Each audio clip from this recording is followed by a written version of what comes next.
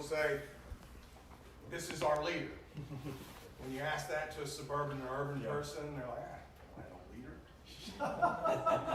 And it's about the case. I mean, or it'll be someone different. Yeah. You know, someone that it's a different influence upon their I life. think it'd be funny if you actually did that and said, take me to your leader. Yes. Take me to your leader, I'm not from this kingdom. Yes. You should prototype that. Yes. See what happens. Good case study. We find that people are very isolated, and that's a big issue, is isolation, and close proximity is a problem. They don't live in very close proximity. So here are some of the things that we use to kind of attack the isolation issue. This network that came out of this stream is a hip-hop network, pretty much. It's a hip-hop background group. And so they use this entrance strategy called Hip Hop Hope. And so it's just a 55-minute,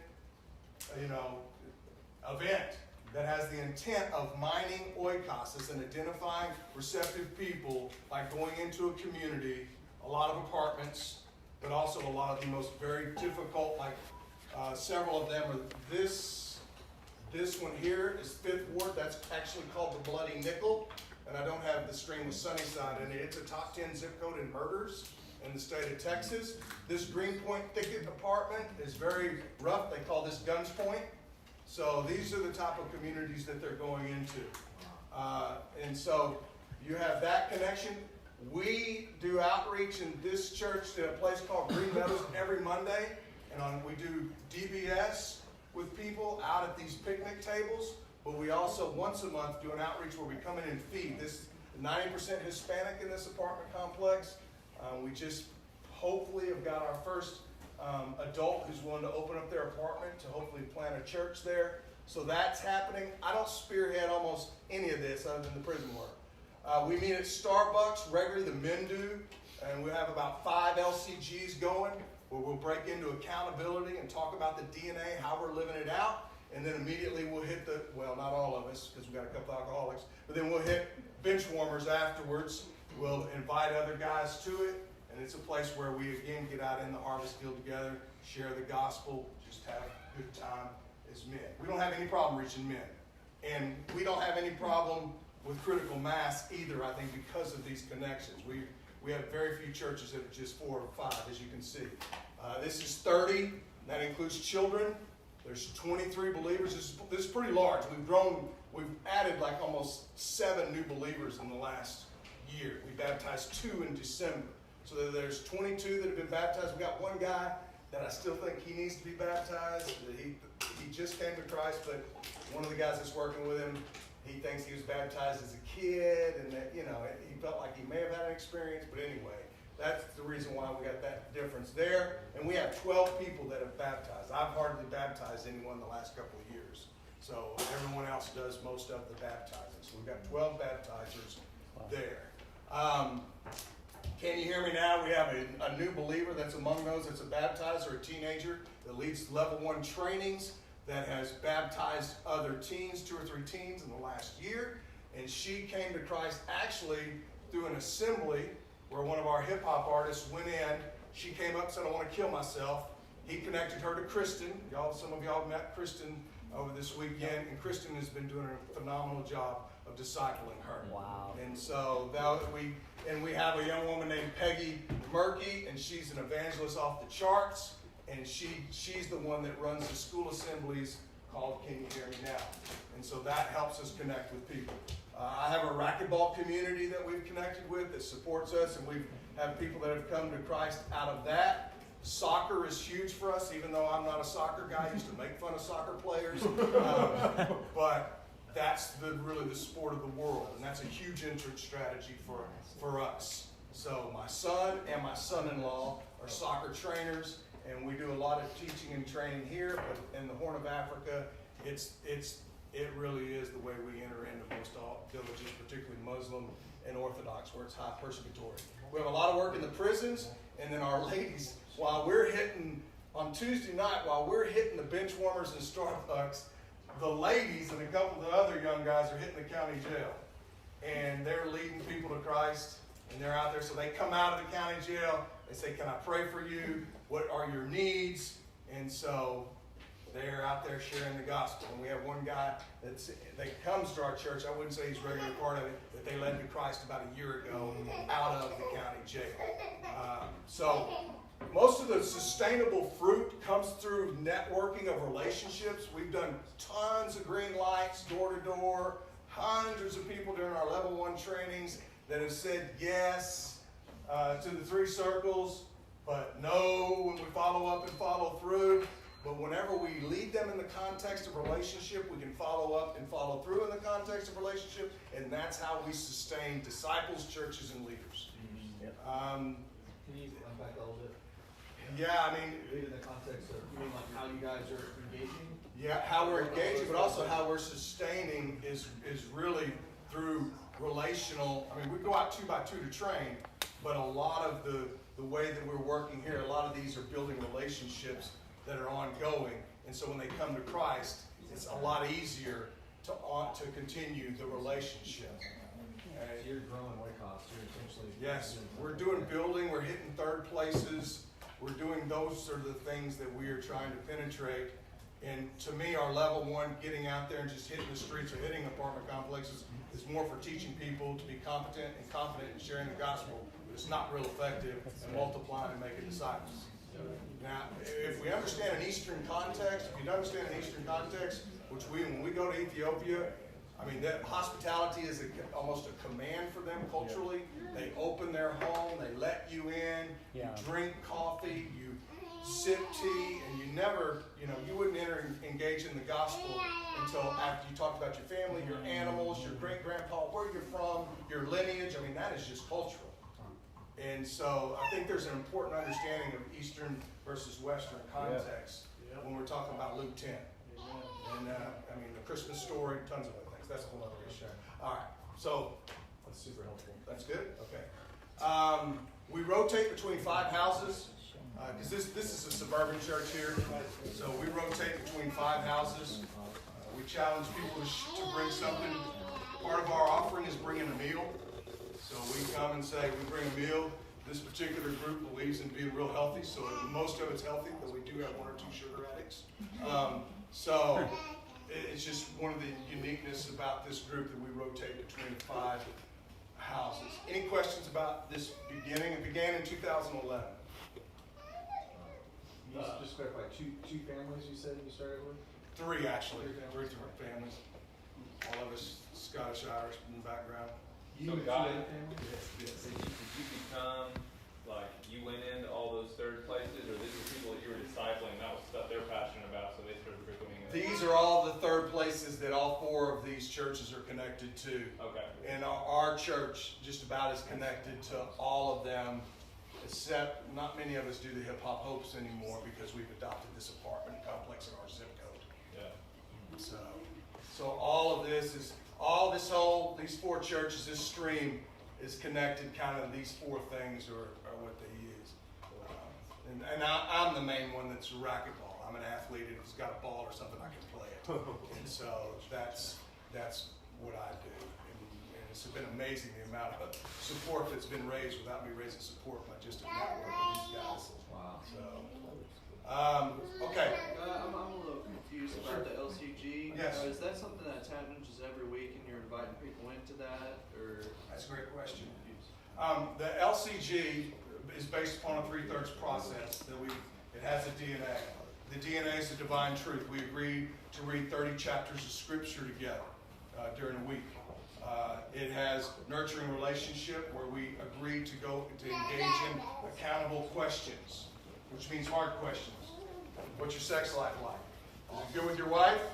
Great. Anyone else? Okay, good. You looking at anything you shouldn't be looking at? Nope. Those are the kind of things we have. How you doing with your money? Are you being a good steward of your money? You coveting anything? Do you want something that you shouldn't be wanting? If you've been angry with someone, you remained angry. Yeah. So those are the kind of questions that we ask. Yes. So your churches that you're birthing, because we use meals, we just call them accountability groups inside of our house churches, okay? And then we have a way that we do that. But all of those that are coming to faith that are being added to the church that you're multiplying, I'm making sure they're actually beginning to walk in that LCG thing as well as that meeting, correct? That's right. We challenge it throughout the stream, but the healthiest church is the one doing it regularly on Tuesdays. The more people that you have in those churches that are doing that, the better church it is, right? That is correct. The healthier it is, for sure. Because really, in the church, in our time, when we talk about did you or our accountability during the first third of looking back, that's really more milk accountability. Come on, now. Come on. And now. you got to handle meat sometime. And there's certain things that are just not appropriate in mixed company. Yeah. We're really going to get real. And so that's why we have that. And also we found that some churches are driving people away before they ever should by expecting them to divulge stuff they should never be divulging because they really hadn't entered into that level of covenant yet. So that's also another issue. It allows our churches to be a little more receptive to new people. We still want people to be accountable, but it allows us, I think, I got this from Philip, who said it's milk there and more meat during our LCG. So, Yep. okay. Oh, the A is apostolic mission. So we regularly pray for those who are far from God, and we give them a bookmark to pray Scripture. So if we pray the Word of God, we're praying the will of God. So, Well, I know you said, but I missed, why are your groups so large? You said something about, it's obvious why they're large, but I missed why they're so big. 30, 23, whatever. this one has gotten really full just recently. Yeah. We led a bunch of new people, so we're getting ready to multiply and start another group. This one meets in a community center. What I said was we don't have critical mass problems Because of these connections. and they all get pulled together That is correct. into the one space. That is correct. So from day one, you're combining oikos, different oikos. Some of that, yes. Okay. There's some of that, absolutely. Okay. But I think because we have these events with intent, we have this large pool of connection, we're able to bring them together. Okay. Thanks. That's correct. Yeah. Anything else about the first church? I just had a question about the entry strategy Yes. in general. So they're being very relational. It is relational. Yeah. On the front end, and then the discipleship, like the next meeting, they're still being pretty relational, talking a lot, and then doing also DBS, for yellow lights. Yes, for Yellow Lights, we move into DBS. I mean, we use the 3 circles as a filter, but then we start engaging people in DBS, discovery studies. And if you're still walking with your life, if they have, Yes. whatever it is, it's still a high relation.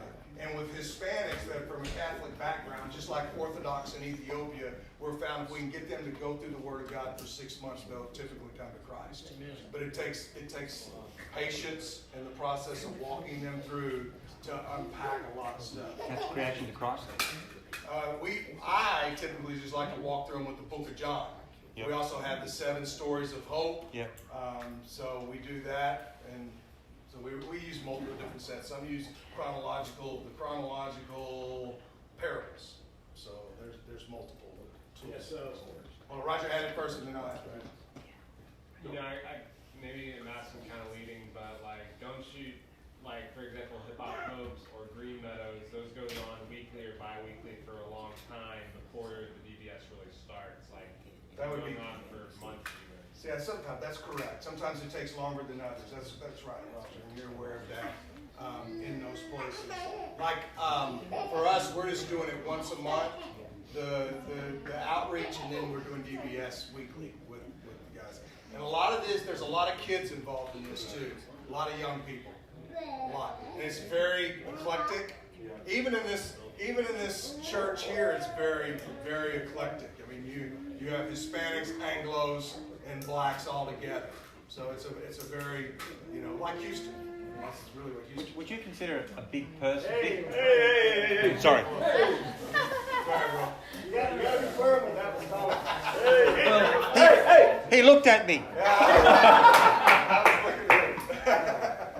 I want to go back to your thing about with Hispanics. Yes. In the 6 months. Yes. So when I first got introduced to this, I heard, I may or may not have been trained this way, but I heard, hey, the stories of hope are for yellow lights, but yellow lights don't stay yellow. They either turn red or green. Yeah. And if you haven't seen some obedience and move to Jesus somewhere in those 7 stories of hope, then it's just time to drop them and move on. Yeah. Right? So I'm with you. Yes. Right? I'm kind of like, as long as they keep returning my phone call and showing up to learn the Bible, Yes. I'm going to keep going. That's exactly right. As long as they're reading and discovering, and I'm watching, them grow and understand more and more. Yeah. I'm going to continue to meet with them. Yeah, and you sort of said 6 months in there, so Yes. just to make sure I don't make the same mistake, right? Yes. Are you saying at the end of 6 months you drop the Hispanics in? No, I'm just saying typically, That's what you that find. just At in least, general. right? Because I think you said at least 6 months. Yes, we've had 2 Hispanic background guys that I happen to have baptized, both of them, over the last 5 years join us at the Starbucks. And one of them is getting ready to plant his own church. And then another guy is still with us. He's a little slower behind, but both of them came to Christ through an extended period of time of walking through the Scripture. Define extended. It was 6 months or more for both of them. This is what I'm learning, right? Yes. 'Cause I work with all the tech Yes. people, so extended means 37 milliseconds. Yeah, no. Right? Right? The people of today are like I just read somebody's, master's thesis, and it was like, I reduced the call time to the server from 25 milliseconds to 22 milliseconds. Right, yeah. No, I mean, that's. But what you're saying is the reason why you keep going is because they're willing to keep meeting. Yes. That's what you're saying. They're still Yes, showing they're interest. faithful, they're receptive. Yeah, so they're I mean, available. the seven commands was to filter if they're not interested or not. That's It wasn't correct. to stop Yes. meeting with them. That's correct. Now, for a lot of these guys here, the filter is, these are the 3 things we're going to be doing in this LCG, bro.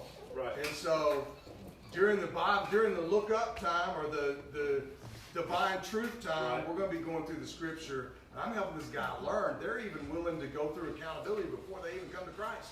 And that's happening a lot. So you can make disciples, and then because they don't group work. Like at this point in our context, we want to get to the group so fast, right?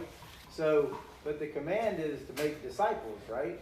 So you got to have a disciple before you get to group, okay? And so that accountability group or LCG or whatever is a great tool actually from an individual to get the CPM to where some other people can actually become a church out of that. Yes. So, hey, do you, I have a question. It's like, if they're open to it and it's working, like, do you give, like, the assignment, like, read or listen to this stuff before we actually meet?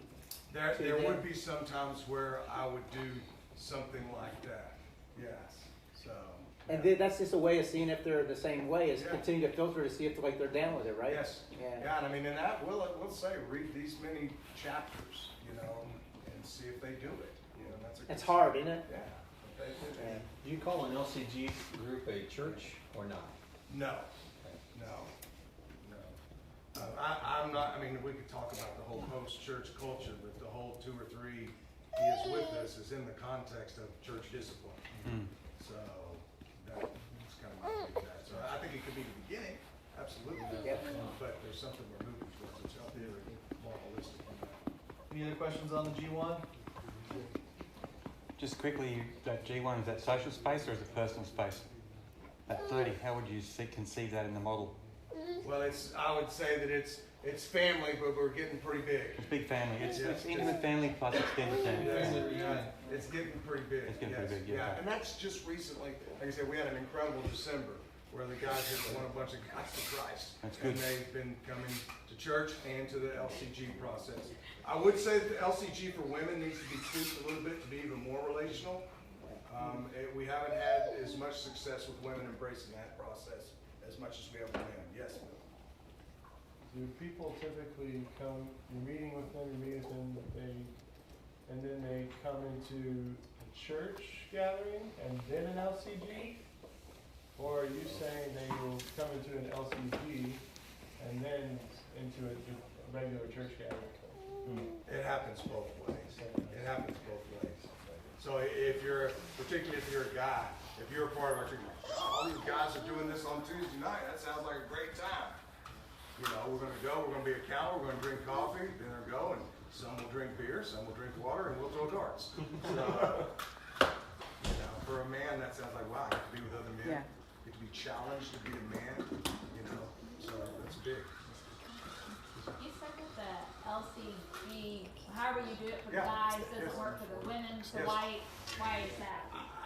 I just think that the women's needs to be a little more relational. I think you still need to have the 3/3. You still need to emphasize the 3 parts, but it needs to be more relational. And I don't know exactly what that looks like, but they need more time to just talk and decompress, and then move into some of that stuff. And so we just found the hard line with the guys. It's like, okay, you know, you know, and it's just I think we're just a little bit more tasked. I think that's what it is. You're not a firm guy? Sir? You're not a firm Not a firm.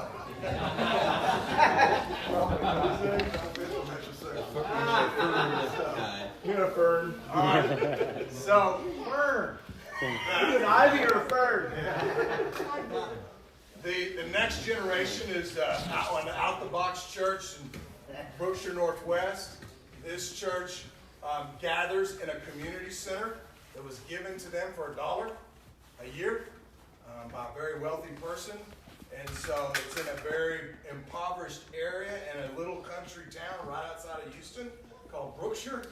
And you would think it would, when I first started the ministry out there, I thought, isn't that a bunch of rednecks? That's my people, but what are we doing going out there with this hip hop hope stuff? And I mean, it is like there's projects out there that is very much like inner city hood. It's crazy.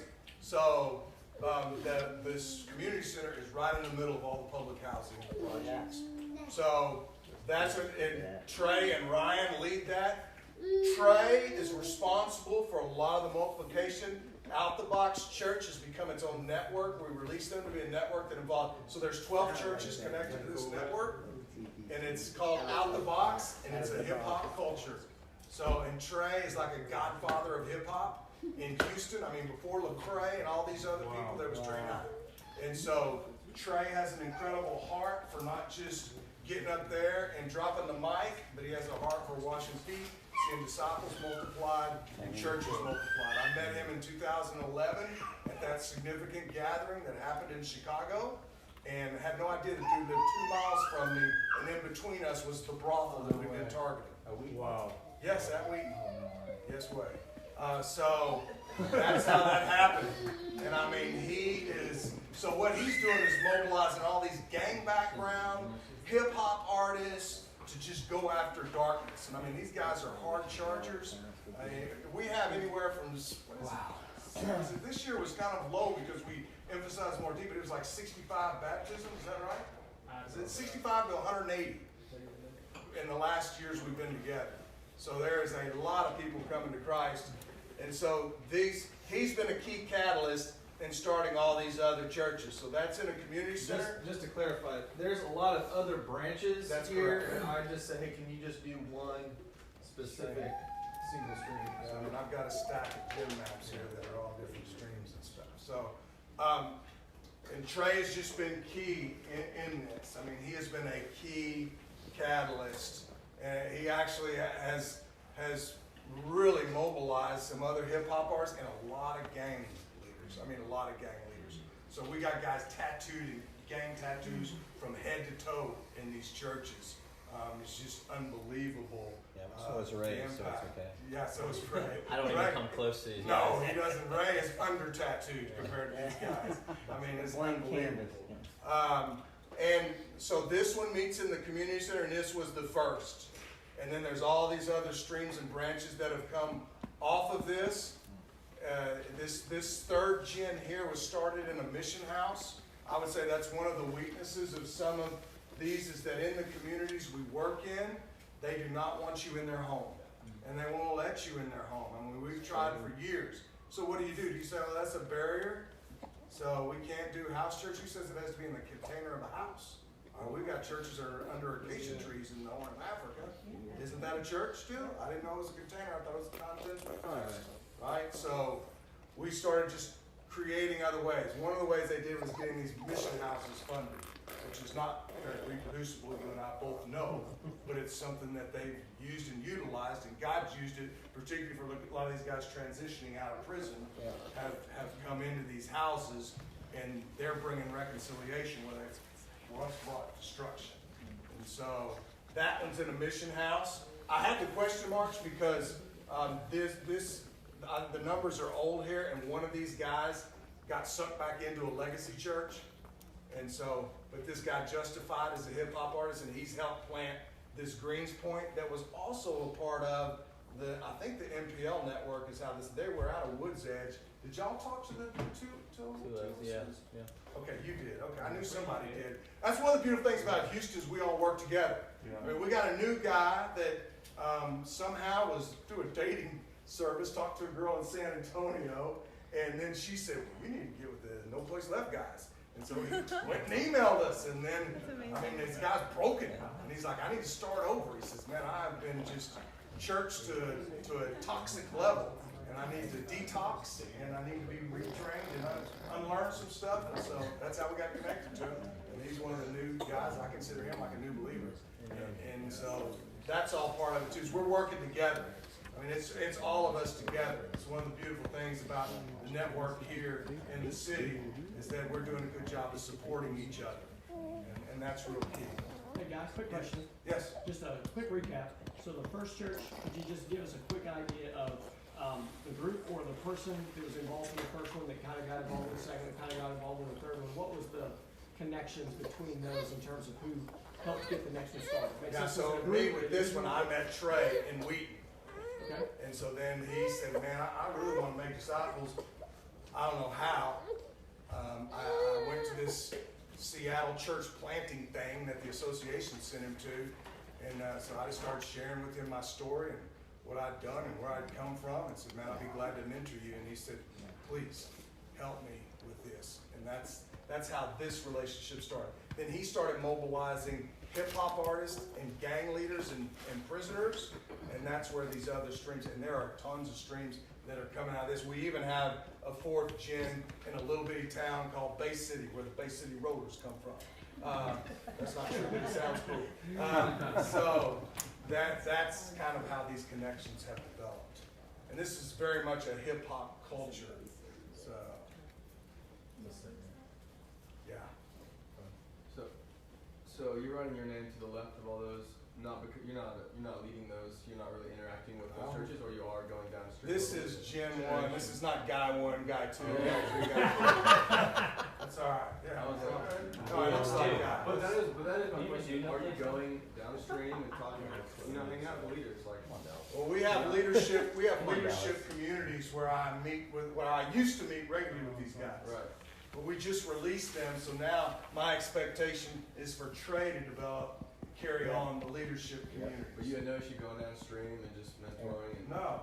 As a matter of fact, we need to make sure that, because what happens, you start getting to third and fourth gen, things start getting a little weak. Yeah.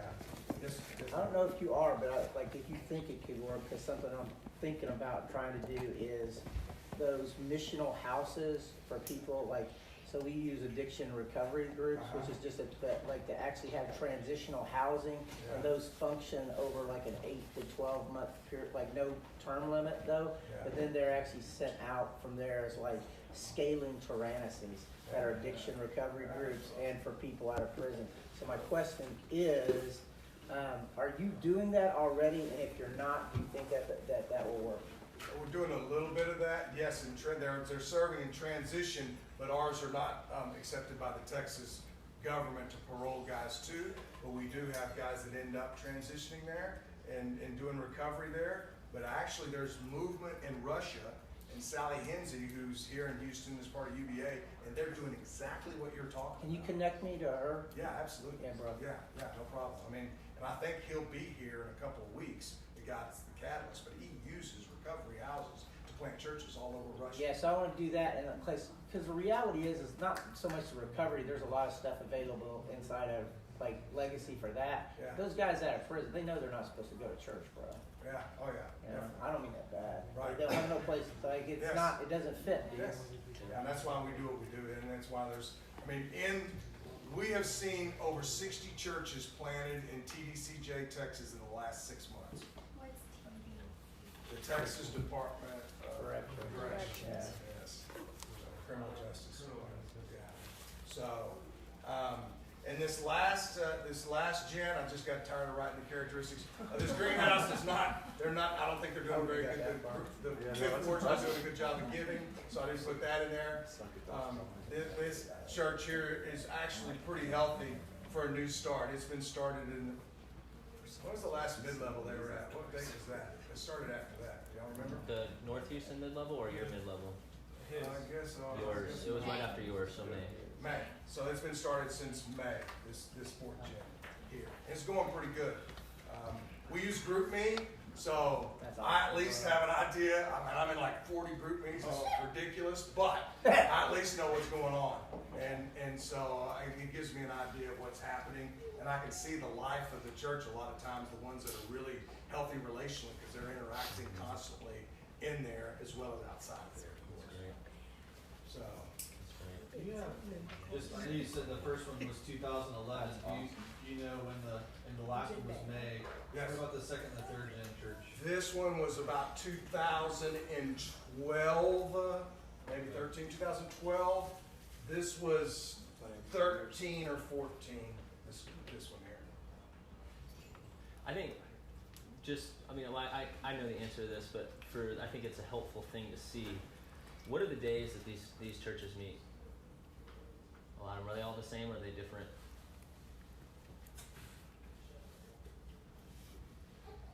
I think the Greens Point one meets, most of them meet on Sunday. And typically because we want them to choose to be a part of us and not a legacy. But the Greens Point one may be at an off time. It is. They're thinking about switching it to Sunday though. Okay. But the three, I think, because that's one thing that, when we look at our networks in Houston, some of, I think Philip and Chris has done really well, and at keeping, there's just real purity, like people that are part of these churches are very much a part of the church, like this is their church. And there's a difference in mindset when people that aren't that way see it and view it. We've struggled because we've seen a lot of dual legacy stuff with groups, and so that identity has been weak in some ways. But a guy's probably been one of the strongest in the cities. They meet Sunday mornings, I think, and a lot of most of their churches, I think.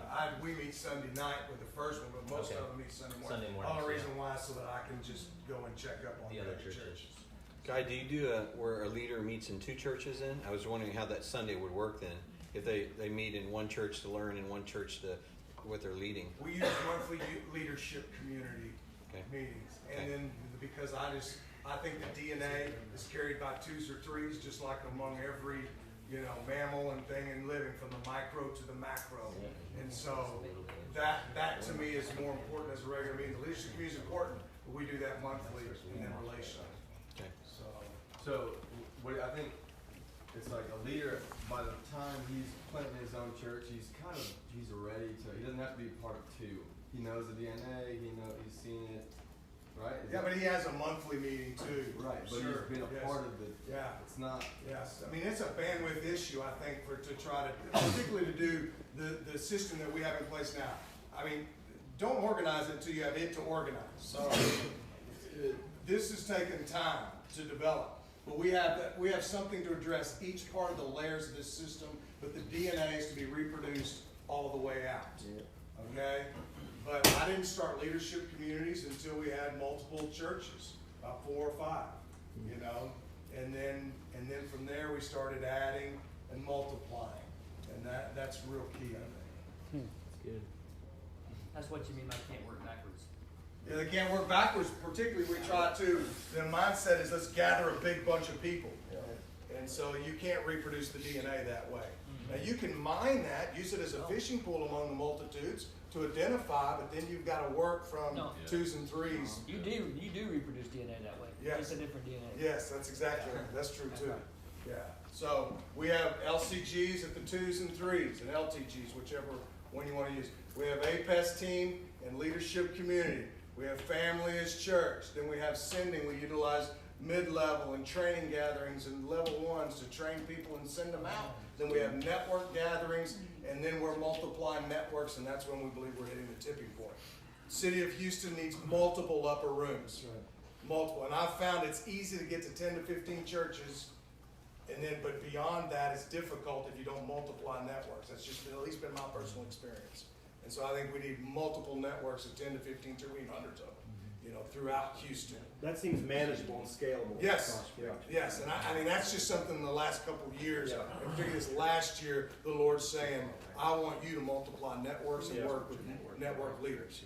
So right now we have 16 networks. When you count the Horn of Africa, it's 11. So that's kind of, actually it's 13 in the Horn of Africa. And so that's what we're trying to do is move to multiplying networks. But I mean, you can't. That's years. I've been doing this almost close to 20-something years. I've been walking in these principles, not using all the tools that we use, but very similar. 3/3 process, accountability, reproducibility, simplicity. Maybe a little too heavy sometimes on over teaching tools. I've learned a lot from that. I have a better gospel tool with the 3 circles, but I've been doing this a long time. Wow. So, it takes time. And that's key. Guys, unpack the MST. One of the things that inside our 4 fields, I put a starfish inside it. And I say, because when you try to chop off a starfish, what happens? It regenerates on one hand, it grows back a star. The separate piece also becomes a starfish. But if you have a snake at the center, what happens to that? Chop its head off, right? Many of us know the story of the largest congregation in the United States of America when the guy resigned recently. I guess it's been, 5 years or more. Basically, the whole thing fell. 40,000 people. The whole church fell apart. And so what we say that APES is we got apostles, prophets, evangelists, shepherds, and teachers that help mature and nourish it. And so that's the key. We're going to be working about starfish. And one good thing about starfish is when it's persecuted, like fire ants, it multiplies like crazy. I also talk about fire ants in Texas. The more you try to kill them, the more they multiply. If they're a benign environment, they'll multiply at a certain rate. But if you try to persecute them with pesticides, the queens will gather together and multiply 80-fold. No, that's So, terrible. Yeah, so what could happen, the best thing could happen to us might be a little persecution. We've got fire ants in Australia. One question he hasn't answered that you want to know. How long has it been working out? Since I was 12 years old. I've been thinking 12 that months the whole old. time. What's you might have said this and I missed it. What's the vision, the sticky vision that you guys are? That's a big deal. The sticky vision is when we use something called the Father's heart. Is what we say. We say that the Father's heart. I think actually Ray and Kristen helped develop this part. But if you know me, I alliterate, and all these people just say I have guyisms, and that's part of it is just sticky language. And so we say the Father's heart is from Genesis to Revelation. His heart is for all nations. He desires transformation, and through that, the fruit of that is multiplication through generations until there's no place left. Whoa. And so that's what we use, and we teach that everywhere. Do it again, guys. Let's do that. Yeah. The scriptures that go with it from Genesis to Revelation is Genesis 12:3, of course, the Abrahamic covenant. Revelation 5:9 or 7:9. So Genesis to Revelation. Then we talked about transformation. Ezekiel 11:19. The promise of the prophet was transformed hearts from stone to flesh. And then we use 2 Corinthians 5:17, part of the identity. If anyone is in Christ, they are a new creation. So that's transformation. Then multiplication, we use Matthew 28:18 through 20. And I make sure that we talk about the authority. So we're talking about releasing authority. So we don't cut it off to 19 and 20. We're talking about 18 through 20. So Matthew 28:18 through 20, 2 Timothy 2:2. And then we use, John 17 through 21. Jesus saying that he was set apart and praying for generations, not just his disciples, but all those that would be reached. Then the first message by Peter 2:36 through 39, where he says, this promise is what? For you, your children, and all who are far from God. So generations there. And then what's the last part? No place left? Where do we get that? I use Romans 15:23, Matthew 24:14, and then I typically talk about a verse from each of the regions, Galatia, which is Acts 16:5, Asia, Acts 19:10, Macedonia, 1 Thessalonians 1:8. And just talk about where the movement had spread. That's the no place left vision. All right? Wow. Any other questions before we? Guy, about elders, how do you do elders or leadership in general? We just believe, of course, leaders are developed out in the field for sure. So that's the way that our leaders are developed. And one of the things that we talk about is it must be done in word and deed. So the whole mulling process, they're developed that way. Then we have a leadership development process that does a lot of mirror reading. So we do the acts for the go, and then the epistles of the grow. And we talk about those are, moving the different cultures and church plants towards health. And then we see the account in the book of Acts of the church going and the foundation being laid. And then, repeat the question again? Just leadership, like as far as elders or appointed. And then we have leaders. network elders. Network elders. We chose network elders. Gotcha. I've had a lot of, in my first book, if you read it, you'll see my story of not even wanting to appoint elders or people in position. I know that's sacrilege among people here, but it created such a competitive spirit among many of our places that for the early years we didn't even do it, and we were multiplying like crazy, and our churches were very healthy. There was leaders there, but we just chose not to identify them. We were more of a flat line. But now we have a network, because as we grew, then we appointed leaders as a network elders. That's how we handled that. How do you add a new network elder? How many are there now? How many elders over there? There were 7 for this entire network, which is now about 60-something churches. So we just sent out a whole other network, which is a whole issue we haven't even addressed yet. So now we're starting a new network with 2 churches, and 3 of those elders are in those 2 churches, and 4 are here. So they'll be network elders with these guys, and then we're starting over. So, and most of the time in our gatherings, I'm not leading much of anything, but people know that I'm an elder, and but I don't run around saying, I shall be called Apostle Guy. No, but we still call you that. That's right. Because you know your name by all the. You did. That's right. I put my name by every generation. Yes. Have you had to work on church? Have you had to do church discipline? And if so, how do you do it within that network? That's a great. For me, church discipline is best in a network like this, because when it says bring it before the church, you can bring it before. But because we have the LCGs, it's not as big of an issue. It's addressed before. But we have had a couple of guys that were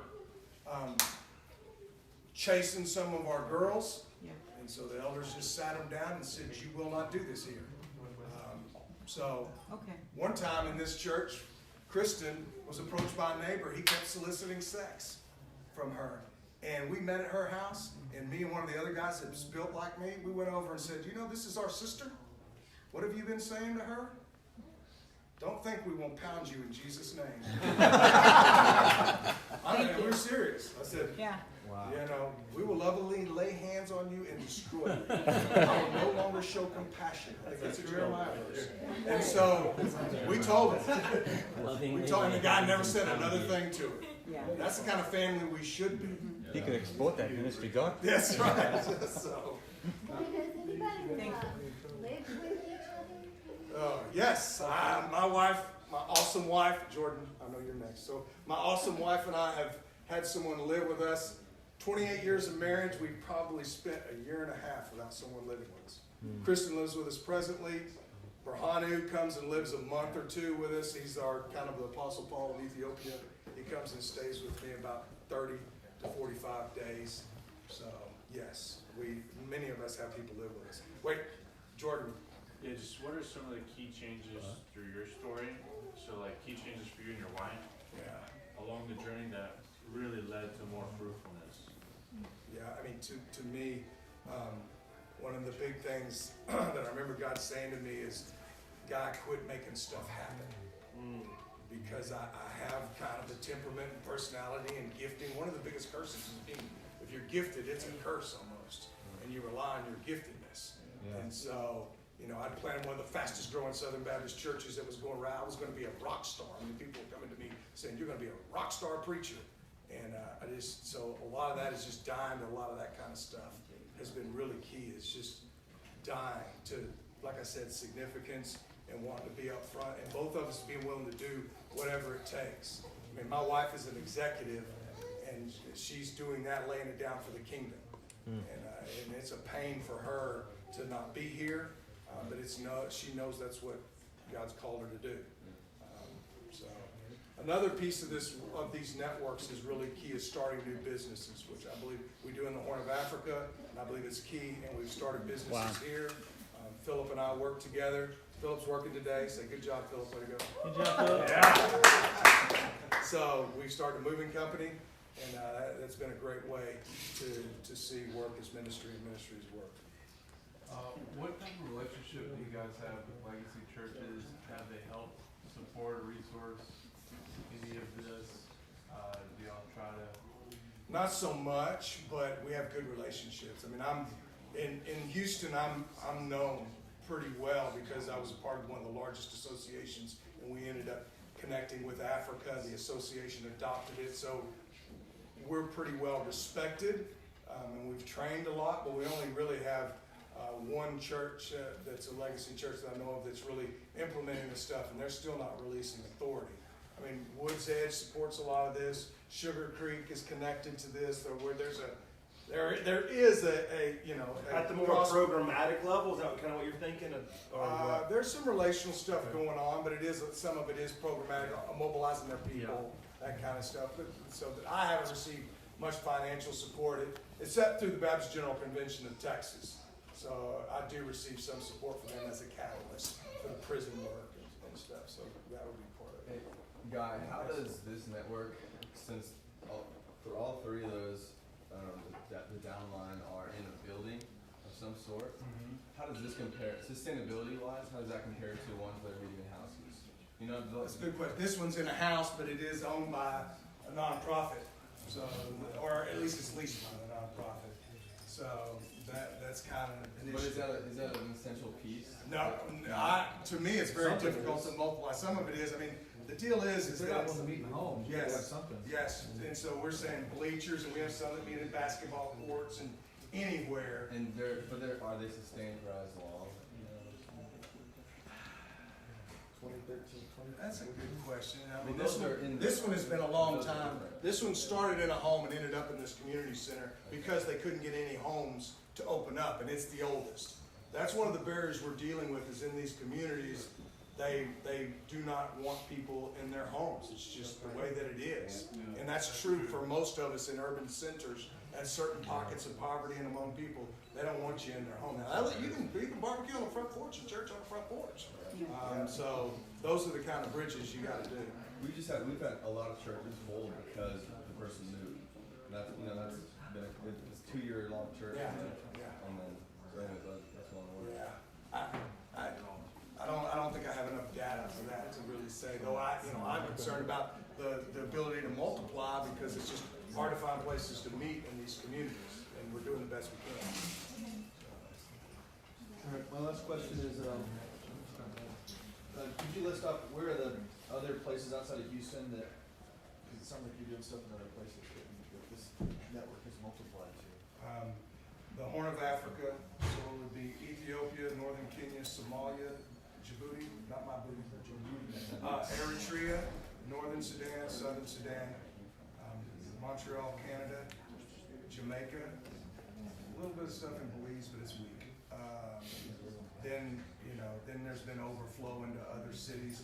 Had a little bit of work in Compton that died out near you. They're coming back. Yes. For other cities in the U.S. that you guys have done some. I mean, we partnered with Ben and Ben in San Antonio. We've done some training and some connecting. We kind of support each other in a lot of things. So, I'm trying to think of where Dallas. Had a little bit of work in Dallas. Lost the leader there recently.